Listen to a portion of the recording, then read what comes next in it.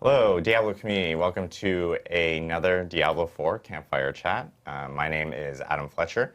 I am the Associate Director of Community here for Diablo. I'm joined here by Joe Shelley, Game Director of Diablo 4, and Mr. Joe Paipora, the Associate Game Director for Diablo 4. We have a lot to talk about today. Obviously, we have this Campfire Chat because we do want to talk about the patch that just released this past week, which is patch 1.10. We've seen a ton of feedback. We've heard a lot of feedback. And so we do want to go through, a lot of the points of feedback that we've been hearing and at the same time, the patch itself. The biggest thing that, to kind of like kick us off here, I think we want to, obviously acknowledge everyone's feedback in regards to reducing player power. We know it is bad. We know it is not fun, and it's something that we ourselves know that it's not the greatest play experience for players out there. We do want to explain why we ended up doing it within the actual patch, and then of course we also want to talk about like what we were trying to achieve specifically with this patch and with the changes that players ended up seeing. And then separately, we do want to also talk about how we don't plan on doing a patch like this ever again. We have most definitely heard the feedback from the players on that front, and we do want to talk a little bit about our philosophy, our own internal statements that we're setting for ourselves for future updates for the game itself. And then, of course, we do want to also talk about how we can talk better and communicate with the community better in regards to patches and updates coming to the game and what we can do to improve on that. So I know that the first thing we do want to talk about, though, as I said, was talking about why we ended up doing this in this patch. And I do want to throw it over to Mr. Joe Paipora over here to talk a little bit more about that. Sure. So I know that we've talked on stream before about our intentions for Diablo 4 being a game about choice. And part of that is ensuring that the various class options feel that they've got a place in the meta experience. And that kind of goes to some of the changes we made in 1.1. Now, Adam already called out that we've heard the feedback with regard to the patch, and we know that reducing player power is never a good experience in general. And I want to talk through sort of some of the things that brought us to where we are today in terms of decisions we were making and why. So a few of the really big changes that were made as part of 1.1. First, really, I guess, to cooldown reduction. So we changed the amount of CDR that players can get as part of in the affix ranges and items that are rolling for them as they're going through the experience. CDR is one of the, if not the most powerful stat in many ways in Diablo 4. And the reason for it is obvious. When you're able to get CDR to a certain point, when using certain class mechanisms, you're able to get effectively like instantaneous like active skills. So that can give you like unlimited resource, it can give you unlimited movement speed, give you unlimited damage resist, and it begins to dwarf the effectiveness of other options when you can start trying to take these things into account. Now, we know that blasting through content with those things is really fun, so it feels really, really painful to have to take some of those things away. And we certainly don't relish the idea. That was the original thinking for these sorts of bits. One of the reasons why we think that these builds are very prevalent at the moment is based upon the nature of some of the endgame content we have in Diablo 4. In particular, thinking about Nightmare Dungeons especially. The reality is that Nightmare Dungeons are dramatically overtuned from where they actually need to be based upon the place they fill in the role they fill in the game itself. So tier 100 Nightmare Dungeons are excruciatingly difficult for most players most classes to be able to actually get through. And as a result, it begins to kind of winnow the opportunities and options that players have when they begin to engage with content at that tier, such that you really do you need to lean on very, very specific builds, very specific setups, with access to things like near instantaneous cooldowns for some skills in an effort to actually make it through those spaces. And that was never really the intent of that content. And we see that, right? Players are using Nightmare Dungeons as ways to kind of like level up their glyphs, ways for them to gain experience and loot as they're progressing up. It's largely like a level up system that you're progressing with once you get into world tiers 3 and 4. But they've taken on an outsized role as sort of this new end game chase opportunity for players who are looking to really challenge themselves. And we love that we want that kind of content and we want that experience for those players. And we feel like we have done a reasonably good job of that with Uber Lilith in the game. But we don't feel that like tier 100 Nightmare Dungeons fulfill the same role at all. Just the nature of the content type doesn't actually work well as that kind of pushing opportunity. So one thing we actually plan on doing, and we'd hope to get out as part of this release, we're going to get out very, very soon, is we're making a reduction in the difficulty of some aspects of Nightmare Dungeons to kind of retune some things. And the goal here is to say that, we think that roughly where you are with like a Nightmare Dungeon tier 70, that's kind of where we actually want the difficulty to be for a tier 100 as players are going through the experience. So there's still a thing to push for, but it's more reasonable.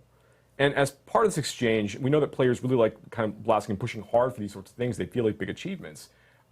We are going to be looking at creating a new content type, a new endgame content type that's going to be more directly meant to address those sorts of players and give people more things to chase. That's part of the commitment to the live services, to make sure that we're always adding new things like this for players to go and try to kind of chase after, to kind of maximize and use their builds in fun and interesting ways. So that's another really big thing. Next, we made a number of changes to the sorceress skill, sorceress builds in general.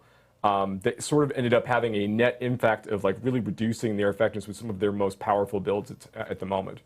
And the goal at the time was to try to bring their builds back in line with one another so that we could start trying to bring everything up at once, as opposed to having these things as they are.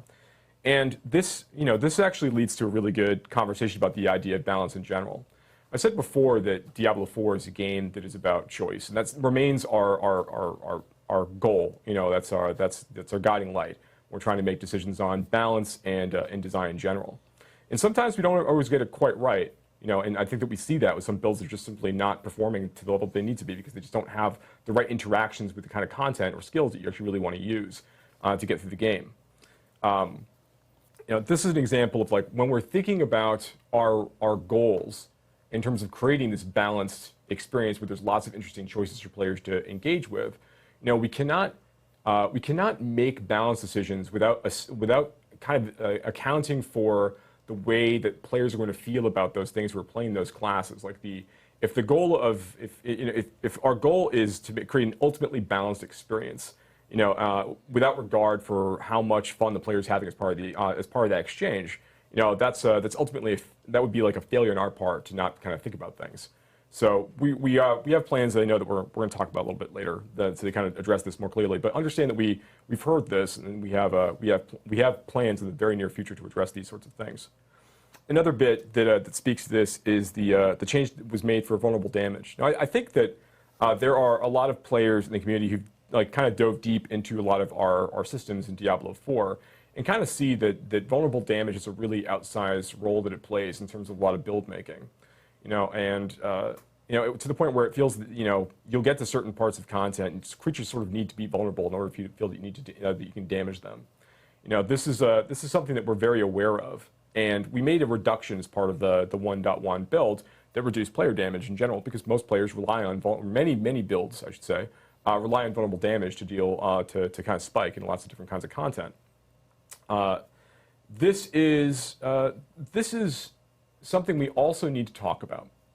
Vulnerable damage is far more potent right now than we actually want it to be in general across the game. I think I've talked about this before. And we need to make a number of, we need to kind of bring these things back in line.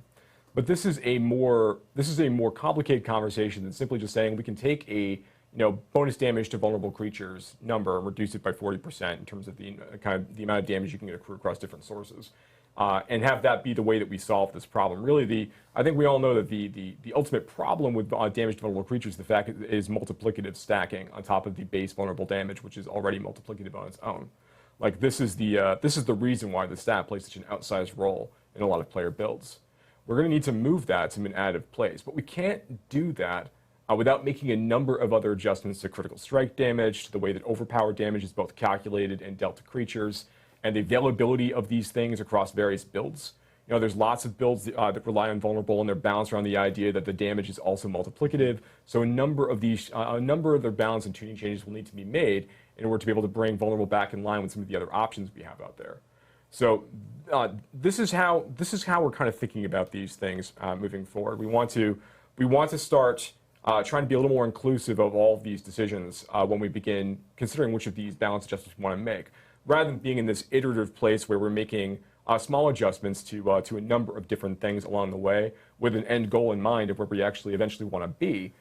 We want to be trying to consider what the experience is going to be like from moment to moment, rather from update to update and release to release to get things in a better spot. So while we do believe that having our season roll gives us the opportunity to kind of reset our meta and change a lot of things, that obviously has an impact on internal players, the way that they kind of perceive the characters they're still playing in that space. And it can be disruptive for players who found a particular playstyle that they're really excited about. So I know that, Joe, you're going to talk about some of these things in a minute, so this is an awkward handoff, but I just want to make it right. It's a very awkward handoff. Okay. I'm sorry. But I want people to understand that we do hear the things that they're saying.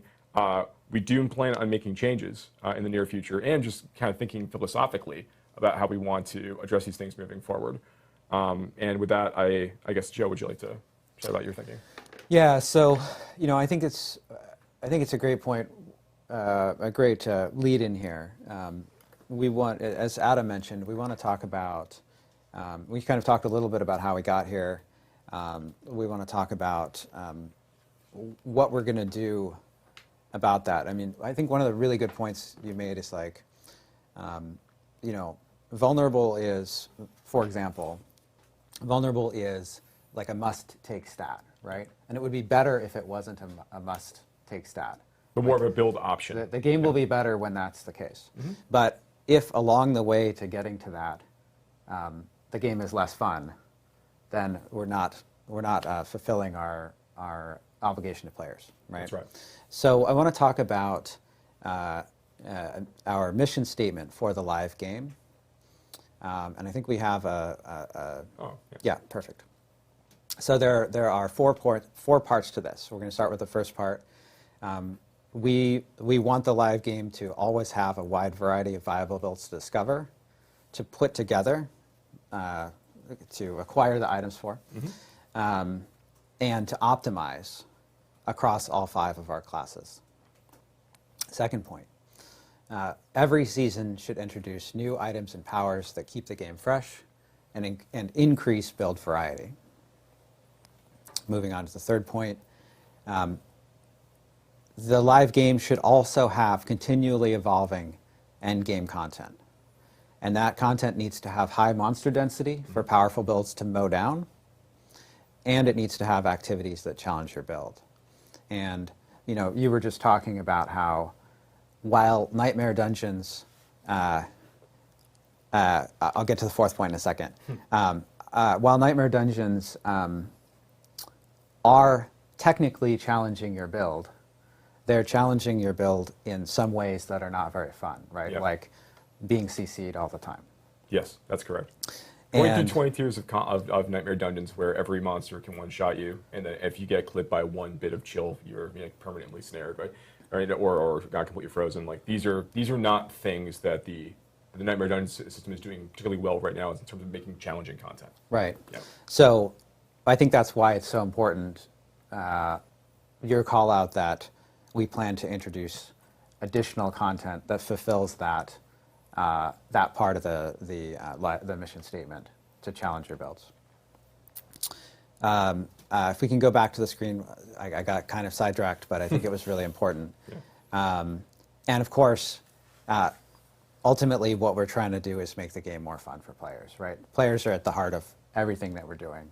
And if the game is not more fun for players, and we're not making the game, if players can't believe that as the game evolves, it will get more fun, then we're not accomplishing our goals either, right? And so the other point I want to go to here is a change that, Adam was talking about. How do we make sure that the next time we do a patch, we don't have, this doesn't happen, right? Yep. And so I want to talk about we call it a key process improvement. That's like a weird jargon term. A change that we're making that will help us avoid this situation. So I think we have a slide for this. When we make, and this goes, again, this is right along what you were saying here. When we make changes to increase build diversity, our goal, going back to the mission statement, is we want to have a wide variety of viable builds, right? So when we make changes that have the ultimate aim of increasing build diversity, we need to pair those changes with compelling alternatives. And that means that there are some builds that'll be overpowered.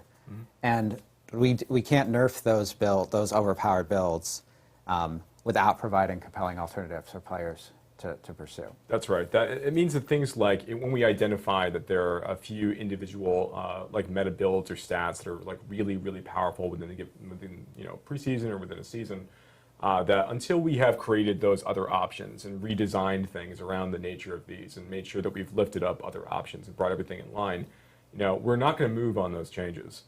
There's going to be always situations where there are extraordinary outliers, that we're going to want. They're usually relying on like actual bugs that we need to address. But when it comes to like trying to bring things back in line with one another, we want to be able to make sure that we're doing those. When we make those decisions, we have a bevy of other options and alternatives available for players to engage with at the same time. So if players see it as taking like a toy away, that we're giving lots of other toys or lifting up other toys, to make them more viable as part of the exchange. Yeah, and that those toys are equally exciting. Yes. So let's go to the second point of this here. When we make changes like this, it's important for us to make them at predictable times. And Adam's going to talk a little bit more about our communication strategy here in a bit. The start of a season is an especially good time for meta changes to happen because there's a big refresh, everyone is rolling new characters, and there's new seasonal content, right? And changes like that will also appear in Eternal at the same time. And the third point here, as Joe alluded to, there are certain situations. We saw a case where we had a skill that could do 10 to the 37 damage. In cases like that where the damage is literally breaking the game or crashing the servers, we'll still react to those situations. But that doesn't change the first point here in terms of allowing builds to be overpowered. And I think, one of the things that's important for to recognize and state is that ultimately ARPGs, or some people call them hack and slash games, are about power fantasy, right? And they're about us inviting players to break the game to some extent, not to crash. There are lots of ways to interpret the word break, but and find fun toys that we've made, do crazy things with them, and we need to make sure that we aren't trying to punish players for doing that, because ultimately that's the playground we built. That's we built the game that's like, go find crazy stuff, and we need to make sure that when players take that invitation, that we're not punishing them for that. That's right. Yeah, and I know when we were talking about at least the Nightmare Dungeon stuff beforehand, and we can go into it in a little bit more detail once we get to the stuff that might be coming down the pipe here. The one thing I think that I wanted to really highlight on was, obviously we did this patch and we made these changes and we brought character power down, player power down, essentially. That in itself was also supposed to be paired with these Nightmare Dungeon changes that where Joe was actually talking about earlier, and it's something that we've learned throughout this process is, as you guys were talking about, that we have ultimate visions for something that is further down the line, and doing that all together at once during those moments, as opposed to doing them over time and whatnot, just leads to a better experience overall for players. And that's something that we most definitely will be doing as we build out future updates and patches and so forth. Of course, a key component to this is how we communicate to players, and there is been a lot of feedback in regards to like, hey, it would have been great if we knew some of these changes were coming down the pipe, and you know, it's a hefty amount of patch notes. We could have digested this like over a few days beforehand or a week beforehand. So one thing we do want to commit to right now is that we do plan on going forward always providing patch notes and communicating these patch notes through streams like this, through Campfire chats or developer update live streams beforehand, well beforehand, like you know, at least a week before the actual update hits.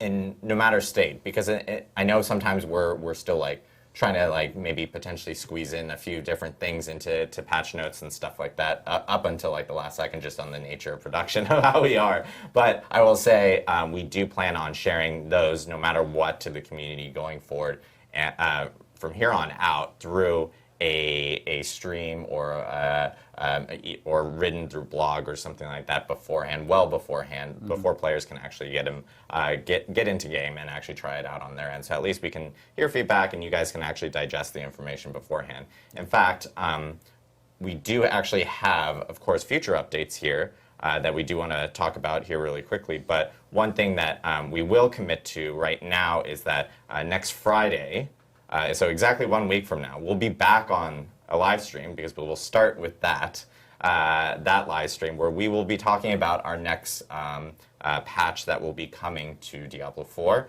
We'll talk a little bit about some of the details here, but we'll go into more detail next Friday specifically. But we will be back on here to kind of go through the whole entire patch notes with everyone beforehand, so everyone has a better expectation of what they're going to be seeing in the actual update, and they can talk to us through chat, through devs, or through social media, through Reddit, through our forums, etc. beforehand, before the actual patch hits. So we will get times and remind everyone, of course, throughout the week that we will have another Campfire chat to talk about patch 111, since we just shipped 110, 111.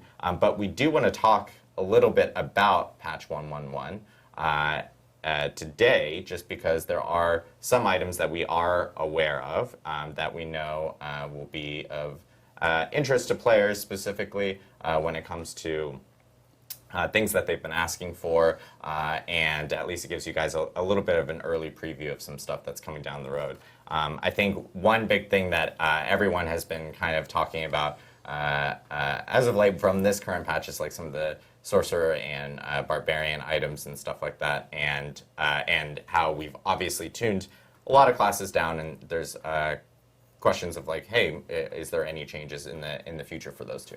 Yeah, we're taking a long look at a lot of the sorceress and barbarian aspects that aren't being like utilized very well right now, and trying to lift a lot of those back up.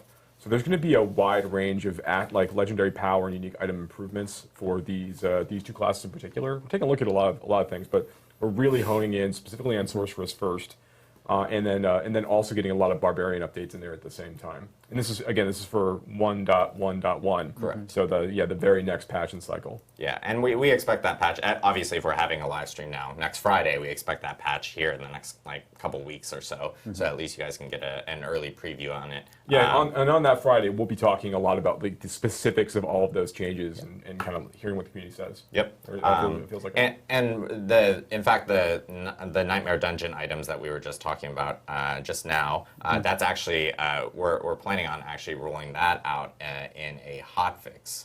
Specifically, and that is something that we actually plan on rolling out later today. So we'll have more information on the Nightmare Dungeon changes that will be that we talked about earlier, that will be coming out later today via hotfix. Another big thing that we've talked about in patch notes, because we've toned it down, and now we're kind of and we had mentioned that to players that we did plan on bringing it back up. It is monster density. In Nightmare Dungeons and Helltide. So I know that you guys had some plans and so forth related to that. Yeah, so I mean, going back to the mission statement I mentioned earlier, a key part of the live game is having high density areas for players to mow down, right? Key part of ARPGs, right? Of which Diablo 4 is one. That's true. Pardon my grammar. And so we're going to be increasing the density in Nightmare Dungeons substantially, and we're going to be increasing the density in Helltide as well. Now, with the Nightmare Dungeon changes across the board for Nightmare Dungeons, all Nightmare Dungeons will get more dense. The Helltide change, there are certain areas of Helltide that are extremely dense, right? Yeah. Like the tar pits, for example, is very dense. Areas like that probably won't get more dense. And part of what we've been doing here at the same time in terms of these density changes is making sure that we're making performance improvements, like looking at player skills that are taking a lot of time on the servers, getting those into better performance so players have better frame rates and stuff, and fewer stalls and all these kinds of things that make the game more fun to play. And this also helps us increase the number of, like, more monsters, more players, more stuff going on. And we know that the density in Nightmare Dungeons in particular needs to go up. And so we've been working on that to make sure that we can accomplish that. So density in Helltide will go up, not uniformly. Density in Nightmare Dungeons will go up uniformly, and these will be substantial increases. Yep. Which I know players have been talking about constantly. Yeah. Wanting additional density on this. Right, rightly so. A big topic right now is inventory concerns. We've heard from players. I know we've talked about gems and so forth actually becoming materials in Season 2, which to help out with some inventory concerns specifically. I know you guys have information, at least in regards to stash, and what might be coming in 1.1.1. Yes. So certainly the gem change is still coming in Season 2, like you said, but we need more stash help now, right? And so in 1.1.1, we're going to be adding an additional stash tab for players so they can store more aspects, more Malignant Hearts. Yeah, this has been like an ongoing conversation every week inside the dev team of, like, do we feel that we're ready to do this yet? Do we feel that we're ready to do this yet? Like the density conversation and the stash tab conversation. Like the engineering team's been working really, really hard to be able to, like, make these adjustments possible for us. Like there's more that we're doing. This is now a never-ending conversation of, like, what else can we do and what else can we be doing to try to improve the experience? But, like, we've definitely heard these two concerns, and we're just really happy to be able to bring them in as early as 1.1.1. Yeah. Oh, and I should mention that along with the stash tab, we're making a small change to Elixir stack size. We're going to bring that up to 99. So that'll help a little bit. Awesome. Obviously, like with new starts to seasons, and if we do have these types of changes that occur within the patch that may change, whether it's the meta or the balance of specific things, there's been questions related to respecs and how that has been pretty expensive on people's, like, their own personal economies with gold and so forth. I know we have respec changes that are also coming with the game itself. You guys probably know more specifics on the numbers. Yeah, I mean, this really goes back. Joe was talking about our commitment to choice earlier, and it also, but I think it also goes back to, when we say in the mission statement we want to have a wide variety of viable builds. Great, but if you can't switch between those builds, then it still feels punishing, right? So we're going to bring respec costs down by about 40%, quite a bit. Cool. Yeah, so it should help out with people that want to switch over to a different build and so forth, or they do have to adjust over to another build. They get the option of actually being able to do so, or have an easier option of being able to do so. And that'll be in 1.1.1. And that'll be in 1.1.1 as well. So. And then I know, lastly, like, one big thing is, as players kind of progress through the game and the leveling curve kind of goes through, especially like post like 70 or so, we've been looking at the player journey and how they've been getting up to 100. I know there's some changes that you guys are looking at in terms of, like, experience and so forth from that end. Yeah, I mean, the short version is we want to make leveling from 50 to 100 faster. By adjusting XP. I don't know if you have. Yeah, more I realized verbose when thoughts on that. I realized when I was talking earlier about the changes we made. Obviously, we also made the change to XP gain when fighting creatures above your level, and I failed to mention this discussing it. Yeah. So the original intent for that was we found players basically sitting at like fighting creatures like 3 levels above them and never felt like they were really challenging themselves beyond that. We wanted to stretch that out a bit further, but that went from a 25% bonus to a 15% bonus. And we knew that density changes were coming online, so we thought about this a little bit. But I read a lot of feedback, like afterwards in particular, that just made it sound like people thought that we were just trying to make the game take longer, which wasn't actually the goal, but realized that the 25% to 15% change did constitute a nerf. As a result, that is the thing that we're thinking about as well. We are not trying to slow down the game. No, and to that point, like we have a vision for how long we want the game to take for players. We realized that it's taking a little bit longer than that than what our vision was originally for a lot of folks who are leveling up, particularly when they get to certain parts of the game, like when they're World Tiers 3 and 4. Yeah. So we are looking to like really to readjust the XP rates for those areas, because we aren't looking to like have you hit this absolute brick wall when you hit like level 70 or something, right? Like there's not like these moments where you're going to feel like you just can't, or 75. Like, we don't want you to have this feeling that you just can't make meaningful progress, that we're just artificially holding you back. That's never been the vision or the goal, right? It ended up working out that it wasn't, the players weren't earning XP at the rate that we had originally expected, is what it really came down to. So these are, like, we are making changes in this regard to kind of bring this down a bit. Yeah. And I mean, you've seen, certainly we did things like increase the XP bonus for Nightmare Dungeons a while back quite substantially. Yeah, and Whisper Completion, Helltide chests. Yeah. Now, notwithstanding that, there are changes to XP related to addressing, the power leveling case, because we don't have like group up, have fun with your friends, like power leveling each other. The only case that we think is not very fun is the case where one person is standing at the entrance to the dungeon and the other person is having all the fun killing monsters. Yeah. And so, when we look at the balance of the XP changes in 1.1.0, we think that additional changes need to be made to make the game faster, especially between 50 and 100. Yeah, we want level 1 to 100 to feel like an achievement, but not like a job. Yeah. Right. So like we want to make some adjustments to make sure that it feels fun, very achievable, obviously within the season timeline. But yeah, so we are going to make some adjustments. I think talking about more probably next week in terms of with more specificity. Yes, very soon. Yep. So again, we'll be back on stream next Friday to talk about all the details of the changes, including the barb and like sorcerer changes that Joe had mentioned, along with other changes that we are preparing right now for the patch itself. That patch itself is supposed to be hitting in the next couple weeks.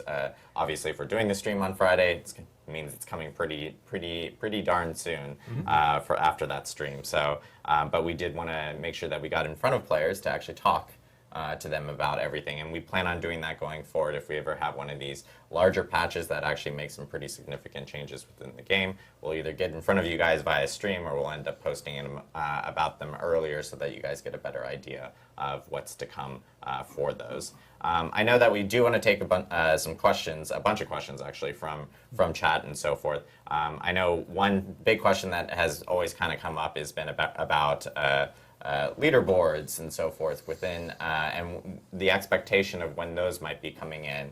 I know that ideally we're aiming for Season 3 for the leaderboards in itself. I don't know if you guys have any like additional information or like additional insight onto those from your end. Yeah, so one thing that's really important to us for leaderboards in Diablo 4 is that we don't think that like tying this directly to Nightmare Dungeons or content type exactly like that is going to make a lot of sense, because the variety of the nature of the system. So we want to make a content type that kind of partners directly with leaderboards, so that you can be judged in kind of like this kind of more even playing field when you're going through that experience. But that is content that we are actively in development on and are excited to try to get ready for Season 3. So we're going to be making, I'm sorry, the short answer to this is, so we excited about our competitive feature. We are making a specific content type that goes alongside that you're judging yourself against, and we're looking for Season 3 for that. Question from You Stupid Walrus is Uber Uniques, what's the future? they mathematically don't exist, so I don't think it's a good waste of resources of them anymore.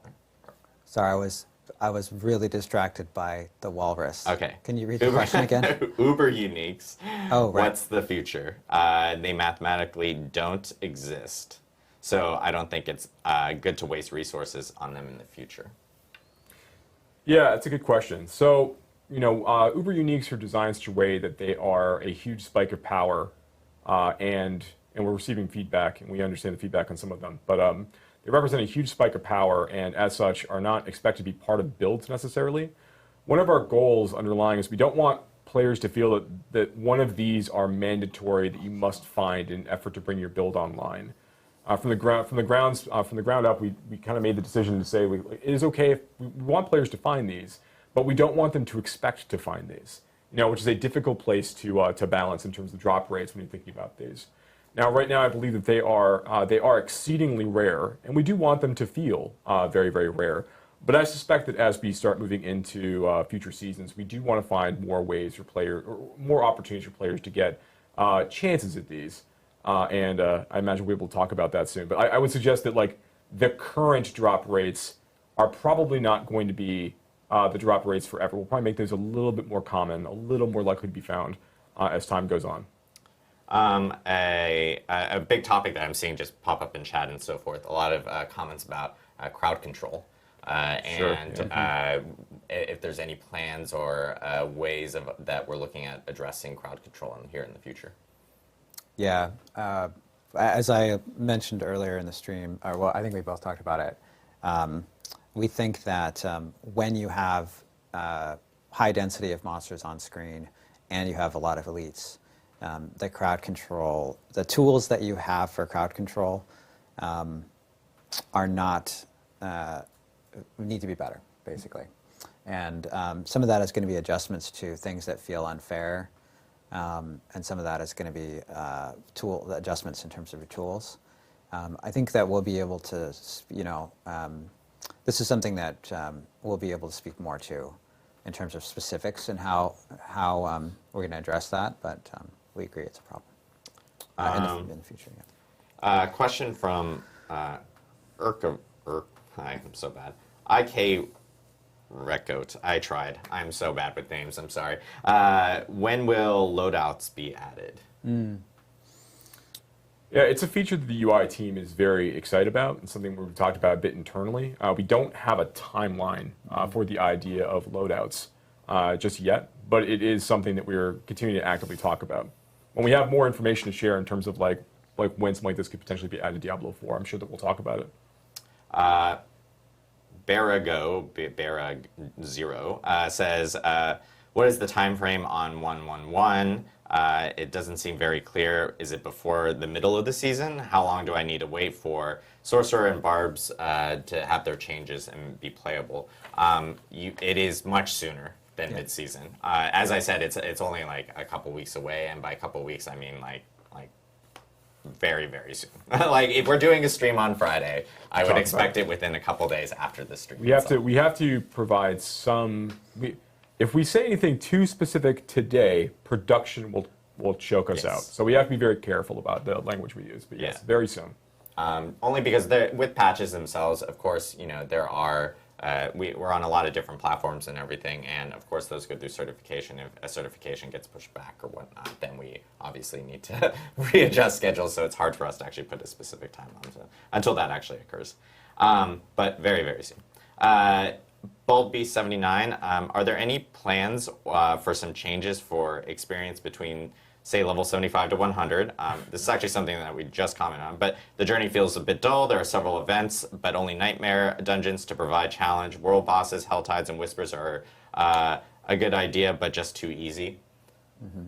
Yeah, there's so we talked about, so I guess there's two real parts of this. Are we making changes to the XP progression for players while they're moving through, World Tier 4 in this case? And the answer is yes. We are going to be looking at making changes to that, and we'll talk more about that soon. Mm-hmm. And then, secondly, do we feel that there are the right number of milestones for players to engage with? Enough goals to kind of consume while you're also just leveling up, and enough content to kind of do as you're leveling up in these world tiers. And I think that The answer is no. That we know that there's more things that we need to add to the game, particularly for World Tier 4. But really, just once you get into World Tier 3 and 4, just want to find more opportunities and more content and new things for players to do as they're leveling up through those spaces.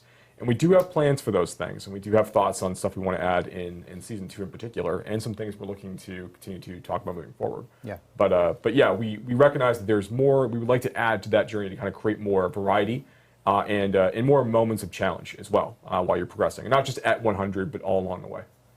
Podoc24 says, what are your plans to adjust loot drops? This I'm going to add on to his question after I read it. It feels very frustrating to grind for days without ever seeing anything close to an upgrade or finding the right aspect. Even worse, when you finally do it and it's a terrible roll.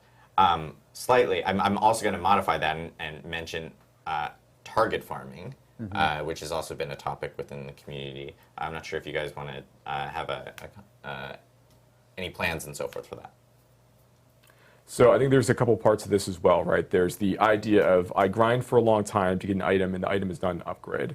And particularly, when you're in World Tiers 3 and 4, where you start dealing with sacred items and ancestral items, where you're kind of dealing with this larger bucket of eye power range, this can certainly tend to be true, unless you're looking for specific kinds of affixes, you're looking for particular kinds of roles, right?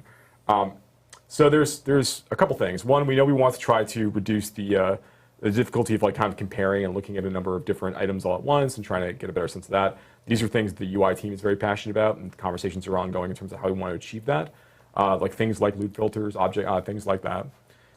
There's the idea of how does the progression of itemization feel, particularly in World Tier 4, while you're leveling up there. And the systems team has ideas on things they would like to include. It's too early for us to say exactly, to really lay them all out just now.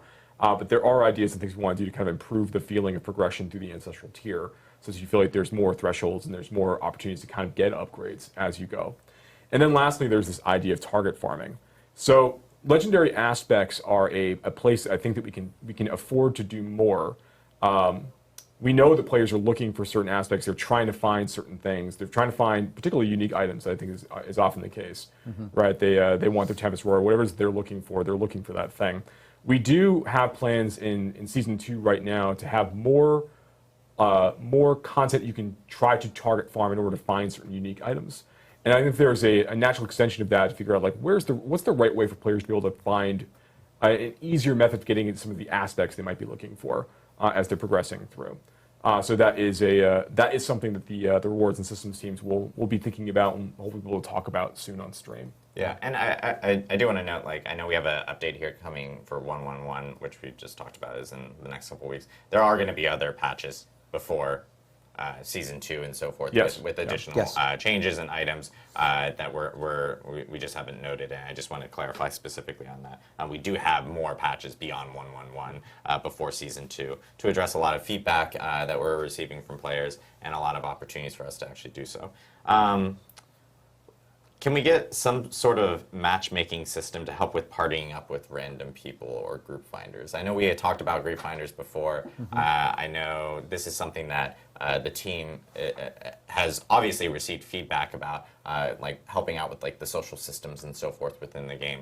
It is being evaluated, I know, and the teams are looking at it. We just don't have an exact timeline of when those are actually coming in specifically from that end.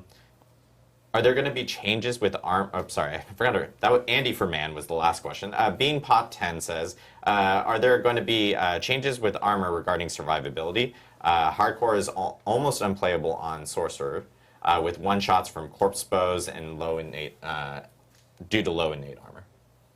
Yeah, I think survivability, especially on Sorcerer, is something that the changes that Joe is talking about for. That we'll be talking about in more detail next week is one of the things we want to include in that. We recognize that. Yeah, we also identified there are a few outstanding monster types and abilities that are killing players a little more frequently than we expect, and we're looking at creatures that explode when they die, for example, claim an awful lot of lives, right? Creatures that can chill. Claim an awful lot of lives, right? Or charging creatures, we've also learned. And charging creatures, yeah. I've seen a lot of reports about that, and I know, and you're about to say which I think have been nerfed twice now. Too, well, there was there's a bug fix on the beast charge in particular, where beast charge could deal damage even if you interrupted the charge or the beast died. Oh, I see. So, well, that's a good bug fix. So, I mean, we're identifying some of these like really difficult affixes, really difficult nightmare dungeon affixes, or like really ones that claim lots, like a disproportionate amount of player lives as part of that. And we're looking at those all at once. It's source for survivability is absolutely an issue, and we're going to be talking about it more in the 1.1.1 conversation next week. But there's also this idea of like there's a lot of things out there that are just doing a lot of like what feels to the player in the moment pretty cheap, like unfair, like just I sort of just died, don't really see what happened.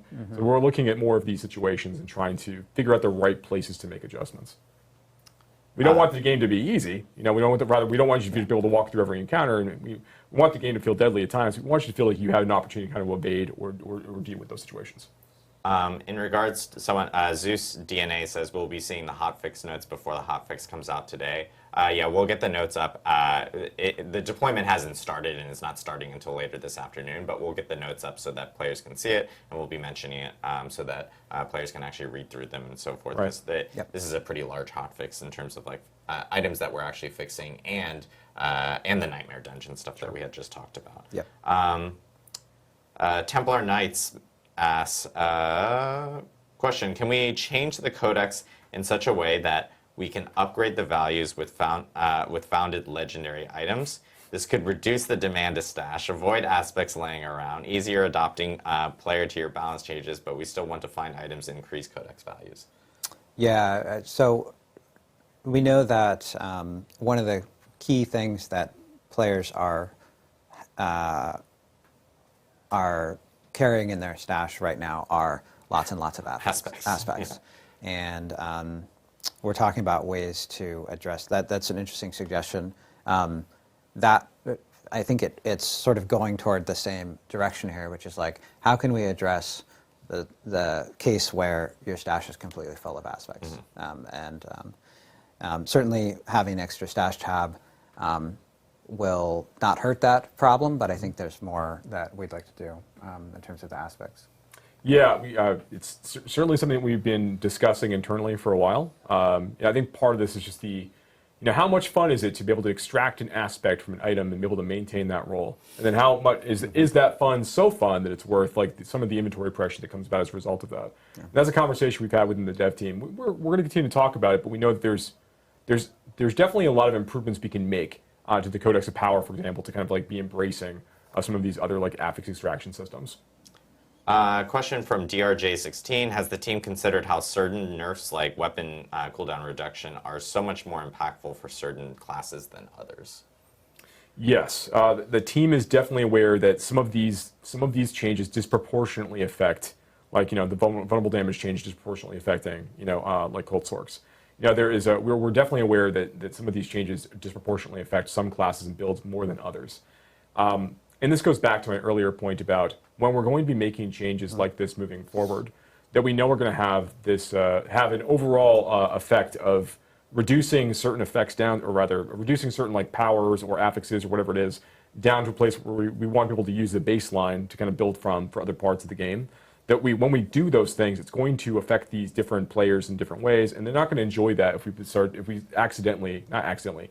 ruined their build in order to try to weed the garden and get things into a better place. Like ultimately, we're going to be trying to do a lot more situations where if we're going to take a thing away, if we're going to update something where it's no longer going to be as valuable as part of your build, we want to provide a lot of other options as part of that. Yeah. Make sure we don't leave the build with a gaping like giant hole in it as a result of the change that we made. So this is going to, again, it's going to mean that moving forward when we're making like larger scale balance and tuning adjustments, we're going to do those a little bit more slowly as a result, in order to make sure that we're embracing all of these other like components to give a lot of options all at once when we make a change. Yeah, it goes back to the change we had on the screen before, right? We're going to provide compelling alternatives when we make those kinds of changes. That's a punchy way to say it. Punchy way. Kennywa says, question, why did you guys increase the cast time on stuff like leaving dungeons? Feels like you're trying to slow down the game by making us waste time for something that might feel useless. We can look at that. We'll continue to evaluate that change. It's a fairly small difference. I know that in an ARPG, small amounts of time can be meaningful. We did add the reset dungeon button back in. It does require that you're outside the dungeon, and so there's kind of a loop there. Loki5123 asks, are you going to add more than 6 or 7 items a season? Are there plans to add more? The feeling is they feel like they would want more items per season that are actually added in. Yeah, we've always said that we wanted to take in the feedback from the players as we kind of got these seasons out the door. So season 1, we add the 32 Malignant Hearts, which I think have been pretty cool. We're going to be looking at the balance, some of them to kind of like lift them up, make them a little more exciting in some places. But broadly, we're pretty happy. They generally are. And then we have our uniques and our legendary items that we added with the season as well. I think if we see that there's like a lot of interest in trying to get more of these, we can start trying to think about how we can inject a few more legendaries into the game with each season, or a couple more uniques potentially into the game with each season. But we want to continue to see like kind of what the feedback looks like. This is a good example of people asking for more. So yeah, good to know. Separately from that, like, are you guys looking at potentially like reworking or redoing some things? So that means patch 1.1.1 is kind of in that vein of trying to like get these things into a slightly better place. And we do want to go back over our existing legendary power library and identify the ones where they can afford to be lifted up with redesigns and changing the way that some parts of them work, so they've better fulfilled the stated purpose in terms of where they're supposed to sit in builds. So there's going to be a lot of opportunities for that along the way as well. It's not going to be the only way we inject like new fun in the game isn't going to just be through the season mechanic, isn't just going to be through the addition of brand new legendaries uniques, but also going back over the existing legendary powers after we see players use them a little bit more, making adjustments accordingly. Question from Panda Mousy and Mormra. Same question, actually. What's your plan for resistances? Right now, they feel like a wasted stat. Do we have any changes to resistances that might be changing maybe sooner or later, or how's that going to work?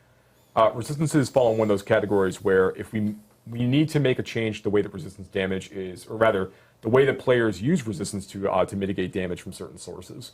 And it's going to be a far-reaching change when we actually go through and make this, which means that we want to be able to take the time with it and do it properly. It's going to be, right now we plan to put that into Season 2 as part of a larger rework. So you can look forward to more information as we get a little bit closer to Season 2. Shadow Mun, sorry. Can campaign bosses be added to the pool of dungeon bosses that we encounter? I feel like campaign bosses are underutilized. I think there could be more opportunities to fight some of those campaign bosses in the future. I can't comment further on exactly how that will look, but I agree with that sentiment. Sounds good. Okay. Joe has often said this, so like we definitely want to make sure we find the right ways to bring act bosses in. Yeah. Yes. Yeah. This is actually a question. Party Cannon 30. Hi there, guys. Can you? Thanks for the information. My question is about crashes on PlayStation 5. Is that a known issue? We are aware of some issues on consoles, specifically Xbox, PlayStation, like that may be having crash issues and whatnot from their side. I do want to note, like, I know with 1.10, there was a bug fix towards a specific memory leak that the team was trying to identify and find, and they actually did find it, and it was addressed there. There was actually an additional fix in 1.11, because I've seen a lot of questions, whether on Reddit and so forth, about PC performance and so forth, and even on like just performance in general, that will be addressed there. And I know that the engineers here are still actively, troubleshooting and figuring out like specific situations that players might be running into. Of course, if you have like more information on those, please post in console bugs on our forums, and give as much information as possible, because a lot of those repro steps on our side are sometimes really difficult, and it helps our teams out, helps our QA teams out to be able to see if they can actually repro the same type of issues that players are having. Do you guys plan on introducing more ways? Oh, sorry, this is Mr. I don't want to butcher that. Okay. Do you guys plan on introducing more craft / modify gear? Currently, only gold has value, and only one stack can be rolled. More ways to craft and modify gear. Yeah. Mm-hmm. Yes. Yes, we do want to add more options for players to kind of modify the items they're getting. What we have really in like the preseason and now the season 1 stage is still very like a baseline experience in terms of item modification. We are looking at more opportunities in the future to allow players to do more with their items. So yeah, that is a plan for the future. The Almighty Striker says, why does the Necrominions why do they take ability slots? It could be easily a different button. How many of Necrominion builds have beat Uber Lilith? Lots of questions about, is there... we already answered the drop rates for uniques and so forth. That was the second part of the question. But I guess the question mostly is about Necromancer minions and ability slots. Also, I saw other questions related to companions, whether they're Druid companions with wolves or Necromancer minions, if there's any changes or plans for those to actually potentially get a little bit more tweaked up. Mm-hmm. Yeah, this is something we do care about. One of the things that that sounded dismissive. Yeah, we care about a lot of things, but go on. I was just trying to get to another point, which is there's some really cool stuff in some of the Malignant Hearts that affects this, in terms of like kind of getting credit for additional abilities. Yeah. And we do care a lot about the number of the sort of like ratio of ability to number of slots that it takes up and making that as optimal as possible. Yeah, that's right. We want to make sure that if you're going to play a Necromancer and you're going to summon skeletons, that you are going to be. I mean, that takes up that's the weight of an ability. Like it's the same as having an active. You need to like playing with it. It's going to take a little bit of space in your bar. You don't get that in addition to a bunch of other things. If you don't want to have skeletons on your bar right now, the idea would be sacrifice a lot of those skills in order to give you that extra space. And in terms of the viability of like minion builds at various parts of the game, there are some builds that are able to like get pretty deep into content, obviously, but I think there's still room for improvement in terms of like minion survivability and other conversations along those lines. That is something that's still happening. And then there was the other conversation, the question about Druid companions, right? Yeah, kind of similar to Necromancer minions, and people were asking like, can that ever be a viable thing? Yeah, I think possibly. We see players. Actually, there are a few players that run like literally all 3 companion skills and use that as part of the build that they'll go after for their druid. And I think that there's likely room here to do more with companion skills. Whether it rises to the full level of like a complete like spec, I think is going to be interesting. But I know that there's people on the team that are very excited about trying to explore more of this side of the druid over time. But we don't have there aren't as many interconnecting points for the way that you interact with your companions right now, and the way that the skeleton army does for the necromancer, in terms of ways that you modify them and do more with them. So I think there's some groundwork we need to do to like provide a lot more options there, but something the team's interested in. Yeah. I'm gonna do one last question here, which is, will there be better loot tables for like treasure goblins? Any alternate goblin types specifically for those? Yeah, I think we loved how many, D3 has like all kinds of goblins. There's like 10 different kinds of goblins, or 14 maybe. It's been a little while since I looked at that data in the editor. But we think that there's lots of room for there to be more fun goblin types in the future. And in terms of the treasure goblins have a tendency to provide, we actually I had a conversation with the lead system designer last week talking about this. We are making we are buffing like legendary drop chance, for example, from items that will appear from treasure goblins. We do want them to be to feel a little bit more exciting when the moment they drop. Awesome. Yeah. Cool. Well, I know we talked about a lot today. I just want to recap some stuff that we had mentioned today. Obviously, we've been hearing a lot of feedback regarding the patch, and we're telling you guys now that we completely hear you loud and clear. We don't plan on doing patches like this ever again, where we're not going to be essentially removing the fun and the player power from players drastically like this. Yeah. And if we ever do that for any type of class, like a build or whatnot, we'll make sure that there's always some really good alternatives for players to actually be able to try out a different build that will also be boosted way back up to kind of help out and give other options for players to actually kind of jump into. And we will ourselves do a better job of course, communicating back to the community. Again, what we're saying now is that we will be getting patch notes in front of the community way earlier in advance, whether through a campfire chat or through like a blog of some sort or any type of communication, so that you guys can get a better chance at looking at patch notes beforehand, seeing any type of changes that might be coming down beforehand. Because I think communication was key here. I think you guys not seeing what we were planning on doing and us kind of giving that vision really affected a lot of the response from you guys. And I think if we just provided that over to everyone and gave a little bit more of a heads up, I think it would have helped a whole lot there from that specific situation. Well, also keeping in mind, I'm sorry, go ahead. I was just going to say, I think that's absolutely one part of it, and you were talking about it in a more full way, but I want to really make sure I hit on, like, one of the really great points of feedback that we've been seeing is like, why can you nerf things today and then buff things far in the future, right?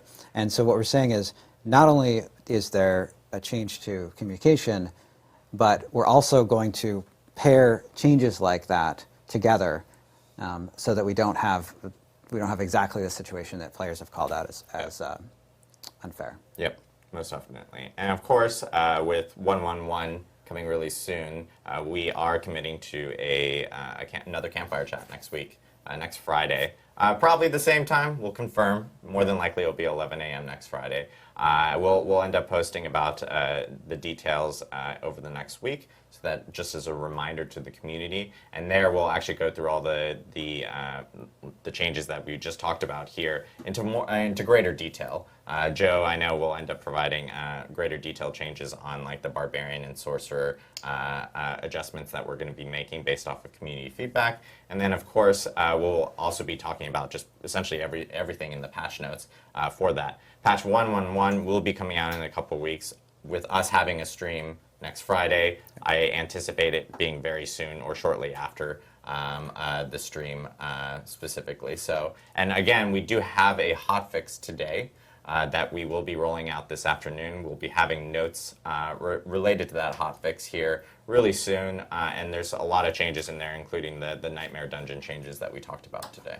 So again, thank you guys for the feedback. We most definitely hear you loud and clear. It's something that we wanted to address, and it's something very important for the team here, for us to actually address the community and talk to you guys more about it, and also change some of the ways that we were doing specific items or specific processes.